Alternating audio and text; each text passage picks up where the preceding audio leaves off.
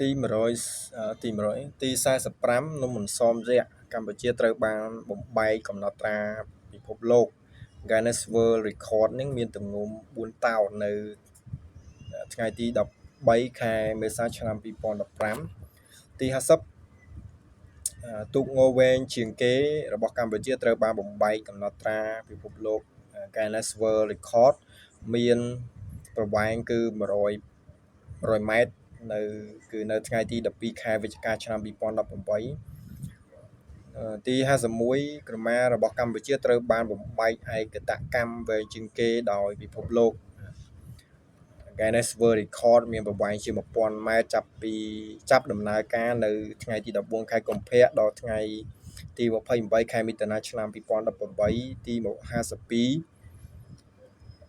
តំបន់អង្គរបានចុះបញ្ជីជាបេតិកភណ្ឌពិភពលោកនៅថ្ងៃទី14ធ្នូ1992ទី53របាំរាជទ្រព្យបានចុះបញ្ជីជាបេតិកភណ្ឌពិភពលោកនៅថ្ងៃទី7ខែវិច្ឆិកាឆ្នាំ2003ទី54ល្ខោនសមោស្បែកឬក៏ស្បែកធំនឹងបានចុះបញ្ជីជាបេតិកភណ្ឌពិភពលោកនៅថ្ងៃទី25ខែវិច្ឆិកាឆ្នាំ2005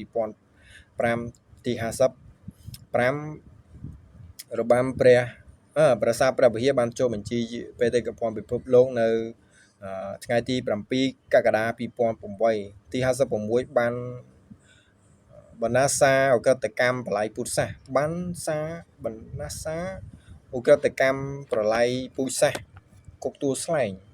បានចុះបញ្ជីជាបេតិកភណ្ឌពិភពលោកនៅថ្ងៃទី31ខែកក្កដាឆ្នាំ2009ទី57កម្ពុជាបានចូលជាសមាជិកអង្គការសហប្រជាជាតិនៅថ្ងៃទី14ខែធ្នូឆ្នាំ1954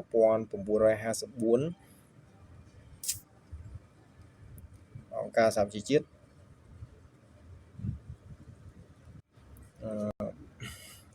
អ្នករើសចម្លើយនេះខុសទៀតអញ្ចឹងកម្ពុជានឹងបានចូលជាសមាជិកអង្គការសហប្រជាជាតិនឹងសំកែកន្លែងហ្នឹងគឺខទេតាមពិតគឺថ្ងៃទី14ធ្នូ1955ដល់ទៅ54ទី58លបែងទាញព្រ័ត្របានចុះបញ្ជីបេតិកភណ្ឌពិភពលោកនៅថ្ងៃទី2ធ្នូ2015នៅសំណួរទី59ចាប៉ីដងវែងបានចុះបញ្ជីបេតិកភណ្ឌពិភពលោក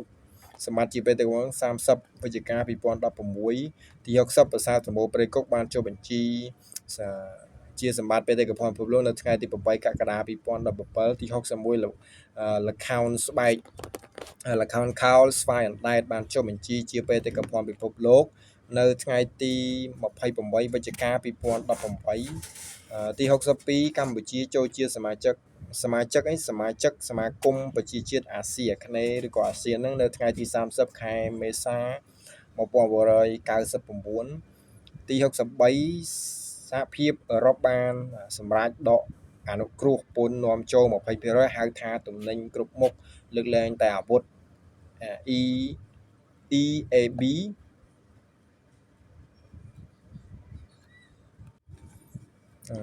ពីកម្ពុជានឹងនៅថ្ងៃទី12សីហា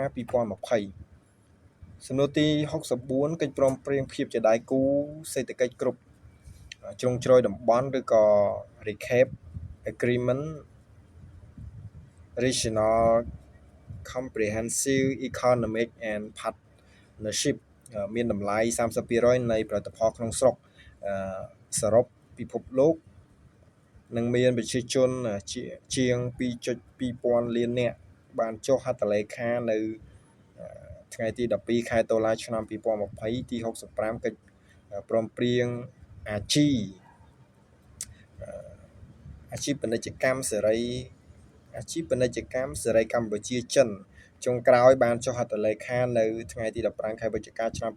2020ទី66ដំណក់ប្រេងដំបូងគេបង្អស់របស់កម្ពុជានៅថ្ងៃទី29ធ្នូ2020ទី67កិច្ចព្រមព្រៀងភាពជាដៃគូសេដ្ឋកិច្ចគ្រប់ជ្រុងជ្រោយតំបន់មានប្រទេសហត្ថលេខីចំនួន15ប្រទេសគឺប្រទេសសមាជិកអាស៊ាន10បូកនឹងប្រទេស5រួមមានចិន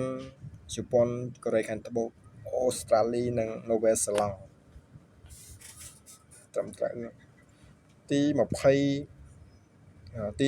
68សាលាភូមិន្ទរដ្ឋបាលបង្កើតឡើងដំបូងគឺឆ្នាំ1956និងត្រូវបានរៀបចំឡើងវិញនៅថ្ងៃទី21ខែមេសាឆ្នាំ2020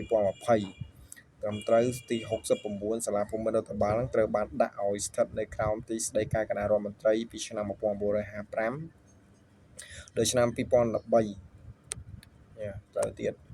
ទី70សាលាភូមិន្ទរដ្ឋបាលត្រូវបានដាក់ឲ្យស្ថិតនៅក្រោមក្រសួងមុខងារសាធារណៈនៅឆ្នាំ2013ទី71មុខងារសាធារណៈត្រូវបានសម្រេចបង្កើតទៅដោយរាជរដ្ឋាភិបាលកម្ពុជានៅថ្ងៃទី23ខែកុម្ភៈឆ្នាំ1994ទី72រដ្ឋលេខាធិការរដ្ឋានមុខងារសាធារណៈស្ថិតក្រោម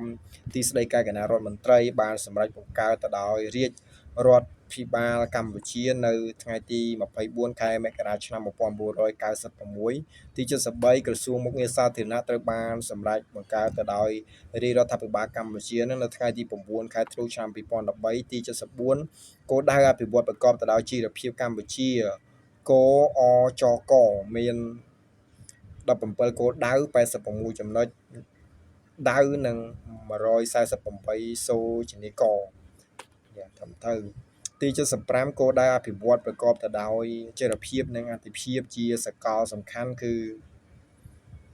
កហើយនិងខទី1ការធានាចីរភាពបរិស្ថានជាពិសេសនឹងការគម្រាមកំហែងដែលបង្កឡើងពីការបម្រែបម្រួលអាកាសធាតុឬក៏ការកាត់បន្ថយភាពក្រីក្រទី76គោលដៅអភិវឌ្ឍប្រកបដោយជីវភាព17គោលដៅត្រូវបានបែងចែកជាប៉ុន្មានក្រុមមានន័យថា5ក្រុមឬក៏ 5PS ទី77គោលដៅអភិវឌ្ឍប្រកបទៅដោយជីវភាព17គោលដៅត្រូវបានបែងចែកចេញជា 5PS ឬក៏ Peace People Planet ឬក៏ Prosperity and Partnership យ៉ាងត្រឹមត្រូវទី78ឧស្សាហកម្មនាំចេញរបស់កម្ពុជាពឹងផ្អែកសំខាន់ទៅលើវិនិយោគភ័ណ្ឌទី79សមាគមប្រជាជាតិអាស៊ីអាគ្នេយ៍ឬក៏ Asian បង្កើតនៅឆ្នាំ1967ទី80សមាគមសមាជិកអចិន្ត្រៃយ៍នៃក្រុមប្រឹក្សាសន្តិសុខអង្គការសហប្រជាជាតិមានគឺខអាមេរិកបារាំងអង់គ្លេសនិងអង់គ្លេសចិនរុស្ស៊ីទី81នីតិការដ្ឋសភានៃប្រជាណាចក្រកម្ពុជាមានរយៈពេល5ឆ្នាំទី82មេឃុំចៅសង្កាត់ត្រូវបានជ្រើសរើសដោយគឺការបោះឆ្នោតសកលទី83ធរណតនស័ក្តិយោធិននិងកងយុទ្ធពលខេមរៈភូមិន្ទនឹងត្រូវបានបែងចែកជា20កម្រិតទី84ធរណតនស័ក្តិមន្ត្រីនគរបាលជាតិត្រូវបានបែងចែកចេញជា16កម្រិតទី85ទន្លេមេគង្គហូរកាត់ប្រទេសចំនួន5ទី1ចិនមីយ៉ាន់ម៉ាឡាវថៃកម្ពុជាហើយនិងវៀតណាមទី76តំណាងរាស្ត្ររដ្ឋសភានីតិកាទី5របស់កន្លែងហ្នឹងរបស់កម្ពុជាមានចំនួន123រូបទី87ក្នុងឆ្នាំ2015ភ្ញៀវបរទេសដែលមកលេងកម្ពុជាច្រើនជាងគេបំផុតគឺប្រទេសវៀតណាមទី88វិស័យដែលមានទំហំធំជាងគេក្នុងសេដ្ឋកិច្ចកម្ពុជាគឺវិស័យកសិកម្មទី89កម្ពុជាបានធ្វើជាម្ចាស់ផ្ទះរៀបចំកិច្ចប្រជុំកំពូលអាស៊ានចុងឆ្នាំនៅចុងក្រោយនៅឆ្នាំ2012នេះមិនមែនទេយ៉ាថា2012អាហ្នឹងលើកទី2តែបើលើកទី3លើ2022ទី90កម្ពុជាបានធ្វើជាម្ចាស់ផ្ទះរៀបចំកិច្ចប្រជុំកំពូលអាស៊ានដំបូងបង្អស់នៅឆ្នាំ2002យ៉ានេះ2002នៅលើកដំបូងនៅ2002លើកទី2 2012មកលើកទី3ចុងក្រោយគេនេះ2022ទី91ប្រភពប្រភេទចំណូលធំជាងគេដែលថវិកាជាតិកម្ពុជាបានមកអ្នកទៅសេដល់កខុសច្រើនគឺចំណូលពន្ធនៅក្នុងស្រុកទី90ពីនេះកត្តាដែលនាំឲ្យប៉ះពាល់ដល់អនាម័យនិងសោភ័ណភាពនៅក្នុងឃុំសង្កាត់គឺមនុស្សច្បាប់សង្គមនិងការគ្រប់គ្រងដឹកនាំទី93បញ្ហាប្រឈមនានាពាក់ព័ន្ធទៅនឹងអនាម័យនិងសោភ័ណភាពនៅក្នុងឃុំសង្កាត់ហ្នឹងគឺចម្លើយទាំងអស់ទី1កហ្នឹងគឺអេរយាប័តចំណេះដឹងទំនៀមទម្លាប់សិលធម៌ផ្នត់គំនិតឬក៏ច្បាប់ខ្វះខាត ខ្វះចន្លោះមានភាពធ្លុះធូររលុងកហ្នឹងគឺខ្វះការចូលរួមពីសមាគមសហគមន៍ខ្វះការទទួលខុសត្រូវខការគ្រប់គ្រងដឹកនាំនឹងខ្វះយុទ្ធការឬក៏ខ្វះការគិតគូរខ្វះការអនុវត្តទី94ទឹកដីកម្ពុជាក្រោមបាត់បង់នៅឆ្នាំ1949ទី95បារាំងបានដាក់អាណានិគមឬក៏នឹមត្រួតត្រាមកលើកម្ពុជាអស់រយៈពេល90ឆ្នាំទី96បឹងទន្លេសាបបឹងធំបឹងតូចនិងវាភក់នឹងមានទំហំកហ្នឹងគឺ160គុណនឹង35គីឡូម៉ែត្រទី97ស្ថានីយ៍បរិប្រវត្តិសាស្ត្រសំរោងសែនស្ថិតនៅខេត្ត